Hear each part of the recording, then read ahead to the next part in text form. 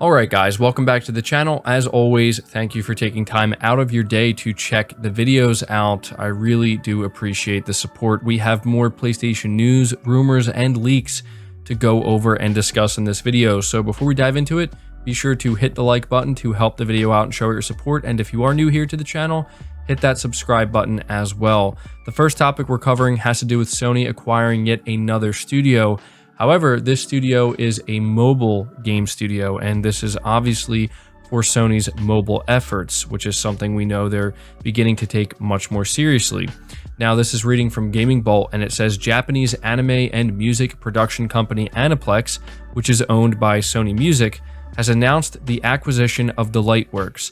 Delightworks is best known as the developer of popular free-to-play mobile tactical RPG Fate Grand Order.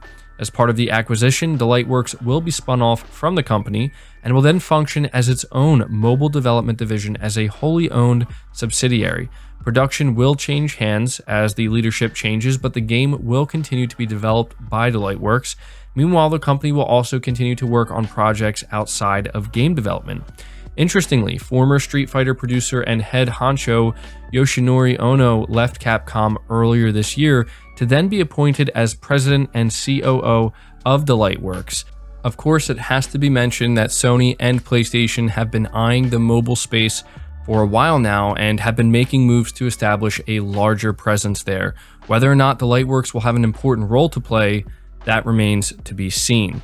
So yeah, we don't know for sure if this is going to have anything to do with PlayStation's bigger plans for the mobile space, but something we do know is that Sony is getting much more serious about the mobile side of things. And I know that most of you probably don't care too much about that.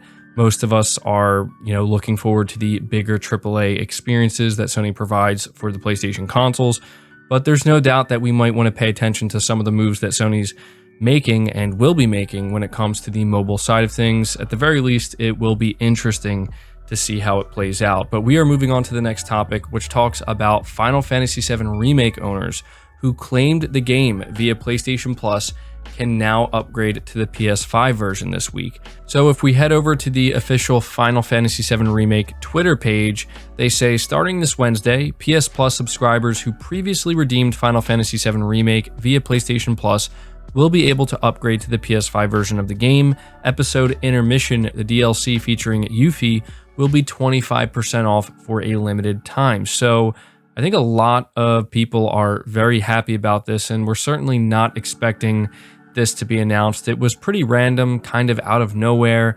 And so when you think back to when we heard that Final Fantasy VII Remake was going to be part of PlayStation Plus, it was a pretty big deal because a lot of people weren't expecting such a big game to be hitting PlayStation Plus so soon. And it was to a point where nobody really minded that they weren't giving out the PS5 upgrade for free. I don't think people were expecting that. I'm sure there were some people who were upset about it, but from what I remember, people were just happy to be getting this game as part of PlayStation Plus. And so, if you were somebody who did redeem this, which I have to imagine quite a few people did redeem Final Fantasy VII through PlayStation Plus, you will now be entitled to the PlayStation 5 upgrade for free.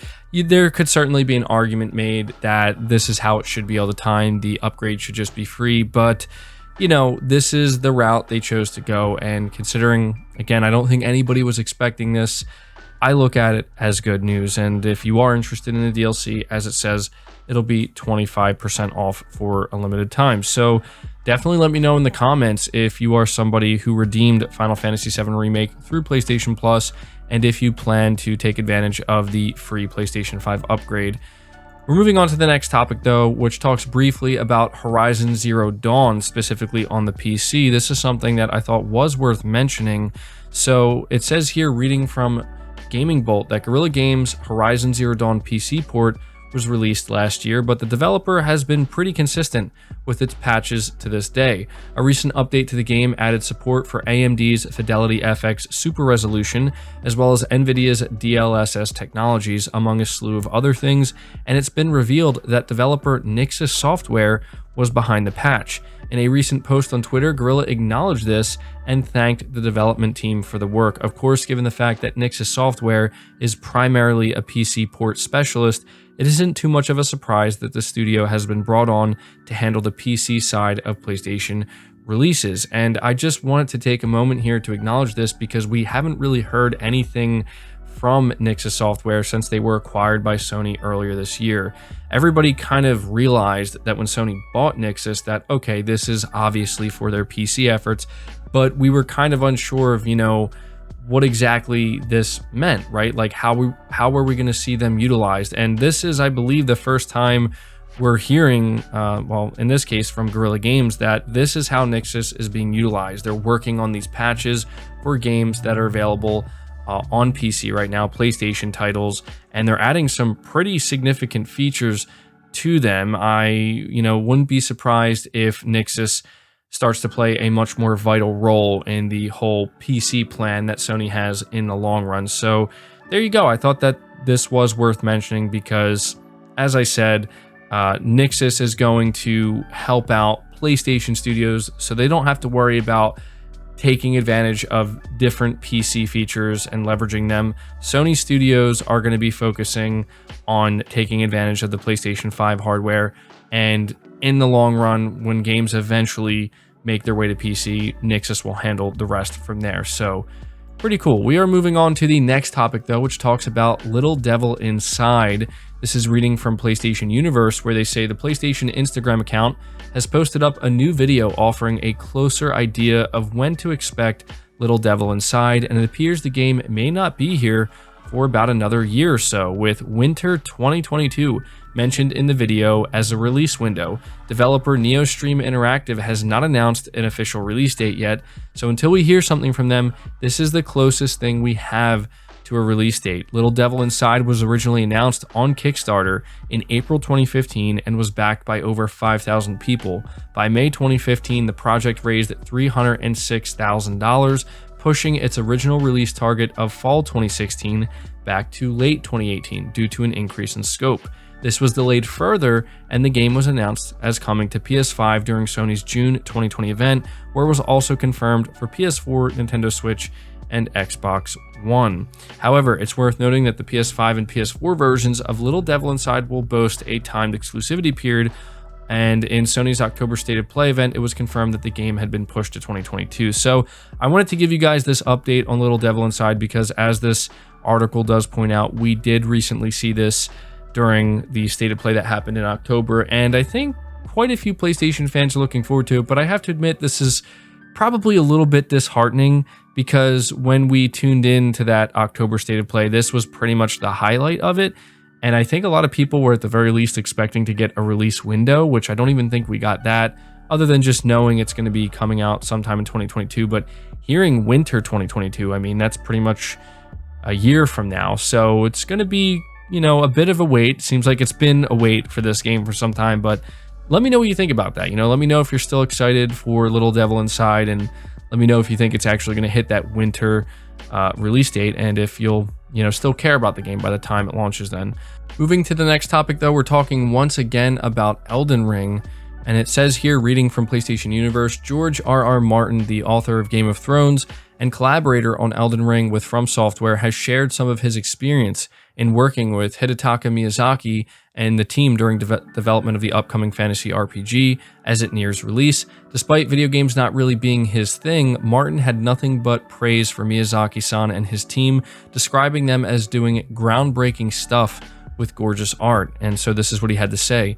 A few years back, Hidetaka Miyazaki and his incredible team of game designers, the creators of the Dark Souls video game series, reached out from Japan to ask me to help them create the backstory and history for a new game that they were working on. Miyazaki and his team from Fromsoftware were doing groundbreaking stuff with gorgeous art, and what they wanted from me was just a bit of world building, a deep, dark, resonant world to serve as a foundation for the game they plan to create. And as it happens, I love creating worlds and writing imaginary history. Martin concluded by saying Elden Ring looks incredible and that the game's day of release is finally at hand. So I just wanted to take a moment here to let you guys know what George R.R. Martin had to say about his time collaborating with Fromsoftware and basically sharing his general excitement for the upcoming release of Elden Ring. But moving on to the final topic, we're talking briefly again about Hogwarts Legacy. This time we have an official update coming from the WB Games Avalanche Twitter account. While it may not be a significant update, I do think that fans will at least feel a little bit of relief that they're acknowledging the game, because we haven't heard anything official from this game in some time.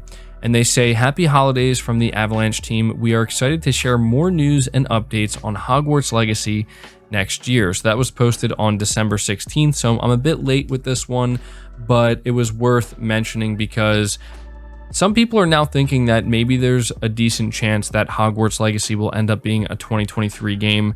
The reason being that we have seen so little of this. We got a single trailer that I believe dropped in September of 2020, and since then it's been radio silence. And so that's not necessarily indicative of development issues, but what it does mean is that they may end up needing more time to complete the game. So I don't know that I believe this means it's going to be a 2023 game, but I could see it being a late 2022 game, because if they're planning to release this within the first half of 2022, then they're definitely going to have to start showing stuff right out of the gate. As soon as 2022 rolls around, they're going to have to really kind of ramp that up. But yeah, there we go. That's our official update for Hogwarts Legacy, and here's hoping that, you know, we'll hear from them sooner rather than later once we go into next year. But that's going to do it for this video, guys. I hope you did enjoy it. I hope you did find it informative. Leave it a like, subscribe if you're new, hit the bell notification icon,